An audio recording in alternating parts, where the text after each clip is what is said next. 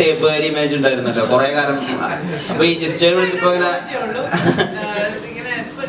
നേരത്തെ ചോദിച്ചില്ലേ dress iron ചെയ്യുക അങ്ങനെ എന്നൊക്കെ പറഞ്ഞപ്പോഴത്തേക്ക് നീ എന്തൊരു തേക്കാത്ത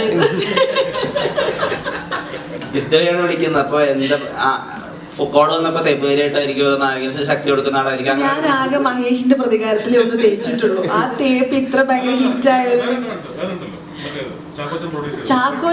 ചാക്കോച്ചനാണ് എന്നെ ഉപേക്ഷിച്ചിട്ട് പോയത്. ആ എന്നെ പറഞ്ഞ് നീ അച്ഛന്റെ കൂടെ നിൽക്കണം. പിന്നെ പൂവങ്കോഴി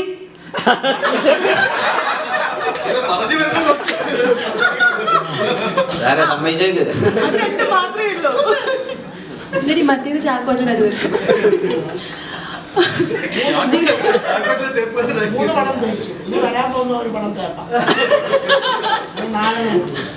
ഇല്ല, ജിസേട്ടൻ വിളിച്ചപ്പോ എന്തായാലും ഞാൻ തേപ്പ് പ്രതീക്ഷിച്ചില്ല. അത് മേ ബി ഇനി ജിസേട്ടന്റെ ഈ ഫീൽ ഗുഡ് മൂവി മറ്റേതിനകത്ത് ഉണ്ടെന്ന് തോന്നില്ല, ശ്രുതി രാമചന്ദ്രൻ ഇങ്ങനെ തേച്ചിട്ടുണ്ടോ തേപ്പ് പ്രതീക്ഷിക്കണമായിരുന്നു. പക്ഷെ ഞാൻ പ്രതീക്ഷിച്ചില്ല.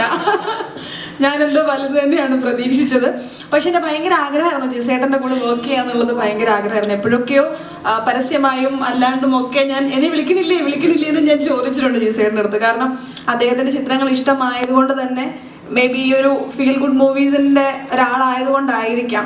പക്ഷേ ജിസേട്ടൻ എന്നെ വിളിച്ചത് ഇങ്ങനത്തെ ഒരു സസ്പെൻസ് ത്രില്ലറിലോട്ടായിരുന്നു. പക്ഷെ ക്യാരക്ടർ പറഞ്ഞപ്പോൾ തന്നെ ഒരുപാട് സീൻ വൈസ് നമ്മൾ നോക്കുവാണെങ്കിലൊന്നും ഒരുപാടില്ലെങ്കിൽ പോലും ഓക്കെ എനിക്ക് കുറച്ച് പെർഫോം ചെയ്യാനുള്ള ഒരു ഏരിയ ഫീൽ ചെയ്തിരുന്നു.